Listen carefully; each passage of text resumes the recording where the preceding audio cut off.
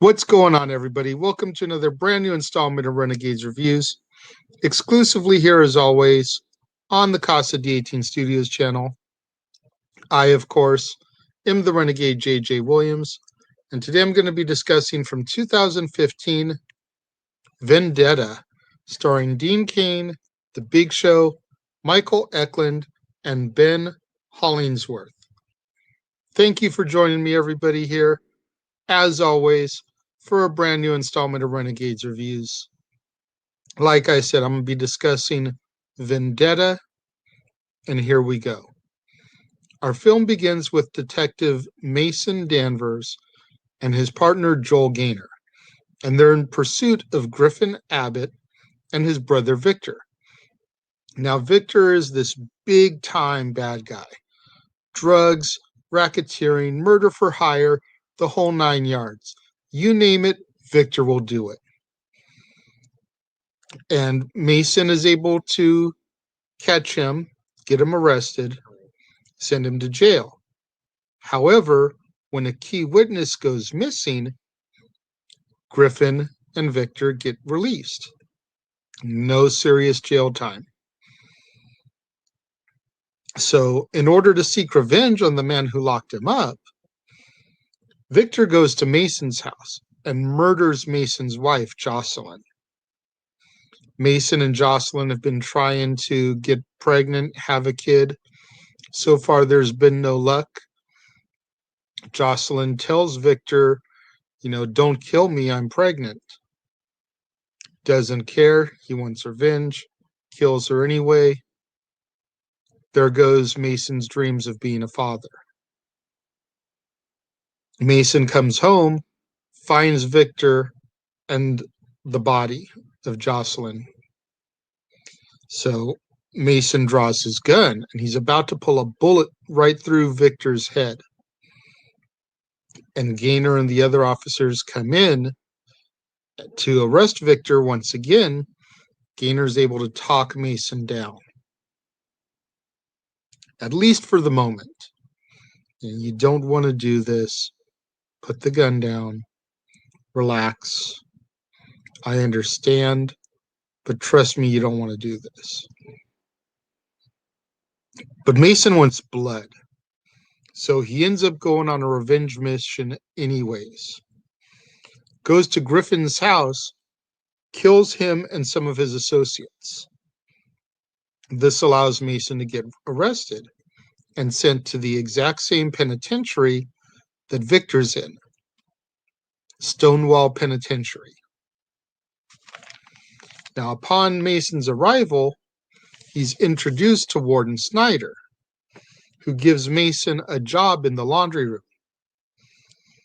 So, trying to rehabilitate everyone, give them a task and a duty to do during the day. During mealtime, Victor comes over, takes Mason's food, and begins to eat it. He tries to punk Mason out, but Mason holds his own, doesn't back down whatsoever. Later on in the laundry room, Mason falls victim to a 3-on-1 assault. And for a while, he's able to hold his own. But eventually the numbers game overtake him. They beat him down profusely to where he almost loses his life.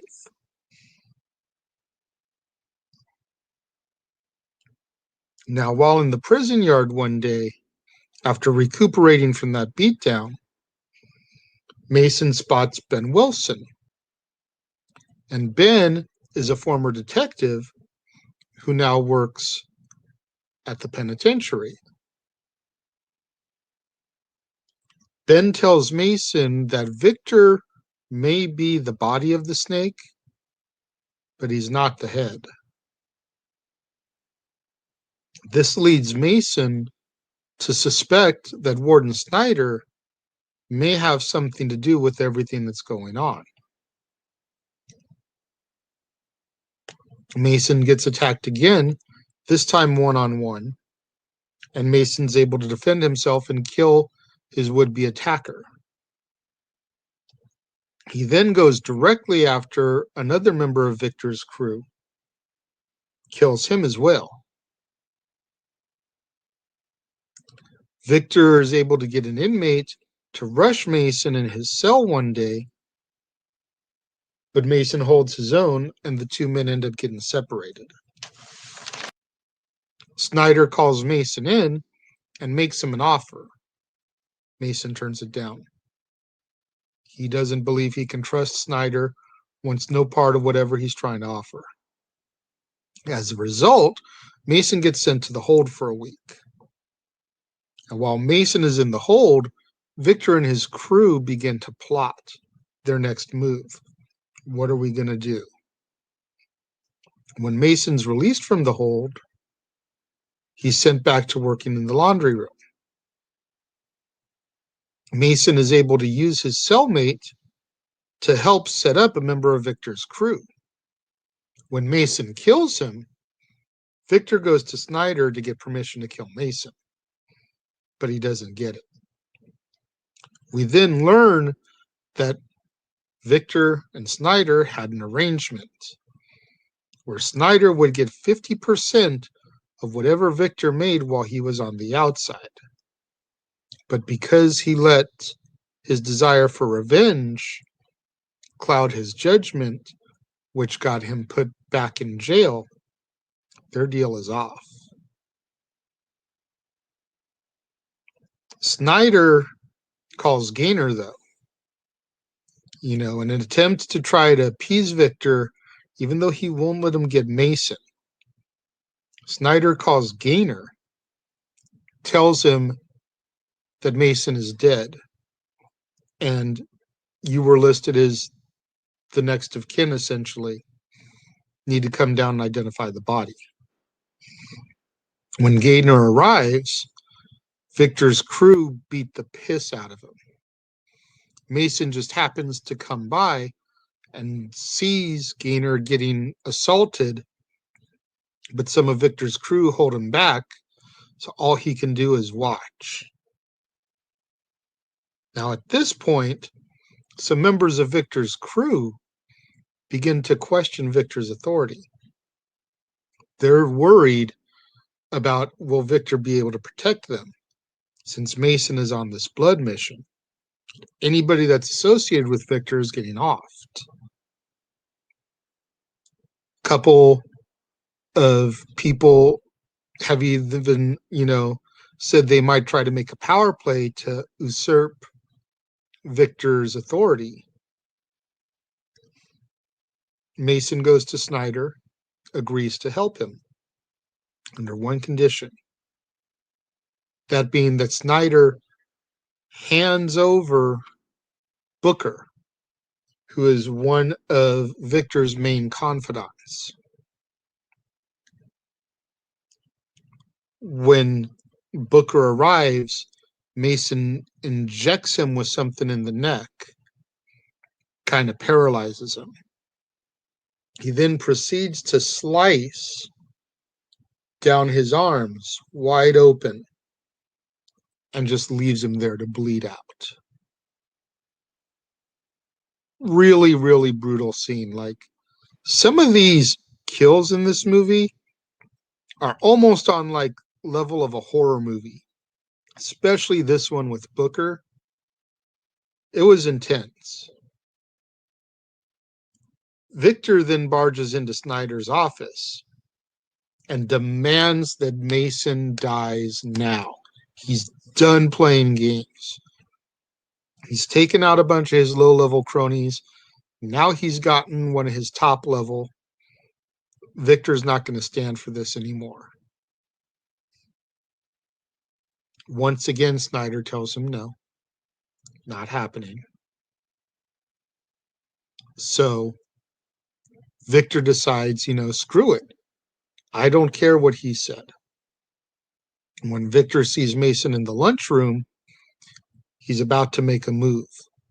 He gets up and he starts to make his way towards Mason. Mason sees him coming, so he reacts.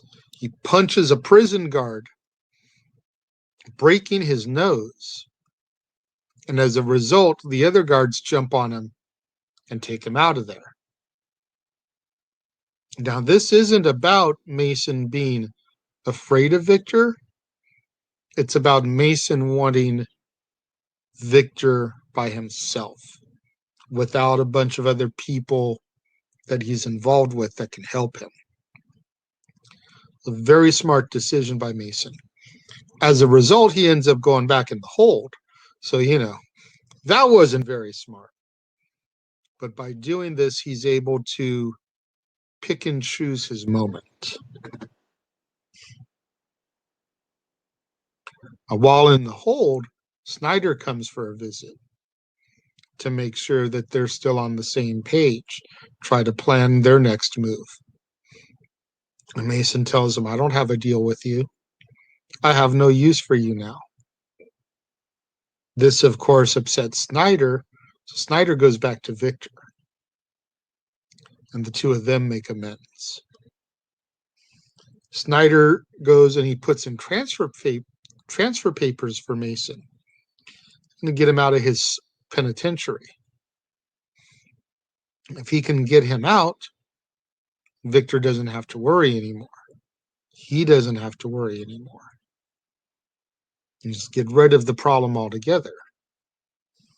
Well, this, of course, now means that Mason's time is limited in fulfilling the rest of his blood mission. Mason's cellmate tells him that one of Victor's other close confidants, Drexel, is on the roof. Mason goes up there to finish him off, and the two get into a fight. A couple of other associates of Victor's jump in. Mason's able to dispatch them fairly easy, and it comes back to just being Drexel and Mason. Mason throws Drexel off the roof on top of another prison guard, killing them both. This incites a riot in the prison yard. Now, during the riot, we finally get Victor versus Mason one-on-one. And for the most part, Victor dominates. I mean, no disrespect to Dean Cain, but we are talking about 7 feet tall, close to 500-pound Paul Wight, the Big Show.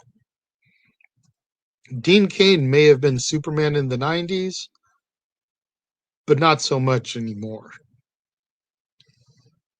While Mason does get some good shots in, like I said, Victor does dominate for the majority of the fight. During the fight, Snyder enters the prison yard, and he shoots Mason in the shoulder, hands the gun over to Victor, and tells him to finish the job. But in order to cause a rift between Snyder and Victor, Mason tells Victor that Snyder handed him Booker, allowing him to kill him. Now that Victor is distracted, Mason gets up and gets away. Again, not that he's trying to run away, not that he's scared, but he wants to regroup so he can get his facilities back about himself and try to carry out his revenge as well. Mason ends up getting confronted by some of the other inmates. He defeats them and kills a couple of them in the process. And eventually, Victor and Mason resume their fight. And right as Victor is hovering over him, about to pull the trigger and finally kill Mason, Mason reaches into his pocket and pulls out a blade that he's been carrying, slices Victor's throat, finally getting his revenge on the man who murdered his wife. He's bleeding out of his neck. Again, very, very brutal, very, very gory, almost on a horror movie kill level of grotesque. But you want to see it happen because of what Victor did to Jocelyn. Snyder is about to shoot Mason himself now that Victor is dead. And Ben storms the scene and places him under arrest. Our movie ends with Mason telling Snyder he'll see him real soon, which is the same thing Victor had told him after he had arrested him in the beginning of the film, prior to him getting out and murdering Jocelyn.